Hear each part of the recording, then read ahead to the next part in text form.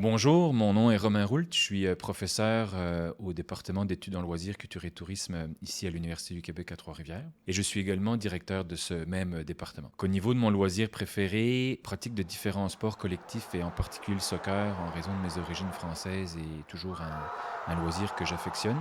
Et puis un clin d'œil pour nos étudiants et diplômés de notre bac, j'aurais tendance à dire la fréquentation de certains salons de tatou, mais ça c'est une blague que certains comprendront et d'autres pas.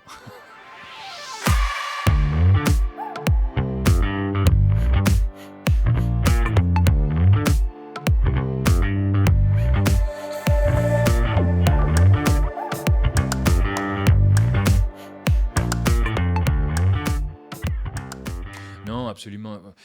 Elle se fait de façon différente, pas sur tout. Il n'en demeure qu'il y a des sports qui étaient présents il y a quelques décennies, qui sont encore très, très, très pratiqués aujourd'hui.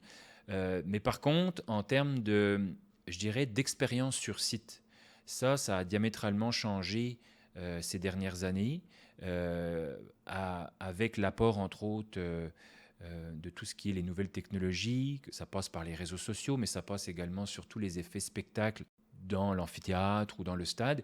Et là, il y a une concurrence féroce qui ont lieu entre les différents équipements à travers le monde.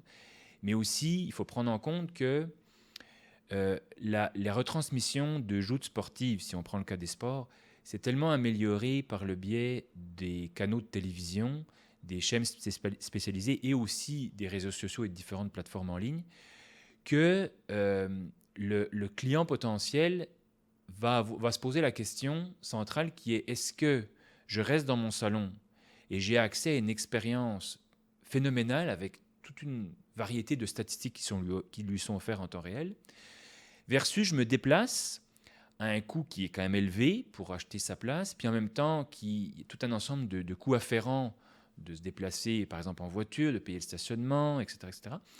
Et là, à ce moment-ci, c'est dans sa décision de voir qu'est-ce qui est la plus-value si je me déplace sur site. Et ça, c'est une réflexion qu'il n'y avait pas forcément il y a 20 ou 30 ans, et que désormais les promoteurs d'événements et ceux qui gèrent les infrastructures sportives de grande taille doivent se poser continuellement. Mais en même temps, le sport a ce site particulier que pour être vécu et pour générer toutes les émotions qu'on connaît, il doit plutôt être encore vécu en direct. Le direct reste omniprésent. Et ça fait que les promoteurs peuvent jouer là-dessus pour offrir une expérience sur site. J'aurais tendance aussi à dire autour du site, qui est unique et qu'on ne peut pas vivre dans son salon. Et ça, beaucoup l'ont compris et vont offrir des forfaits pour que la personne puisse arriver plusieurs heures ou voire une demi-journée plus tôt et vivre quelque chose autour du stade, par exemple, qu'elle ne pourrait pas vivre dans son salon, bien entendu. Donc ça c'est quelque chose de particulier pour le sport. Ouais. Ouais.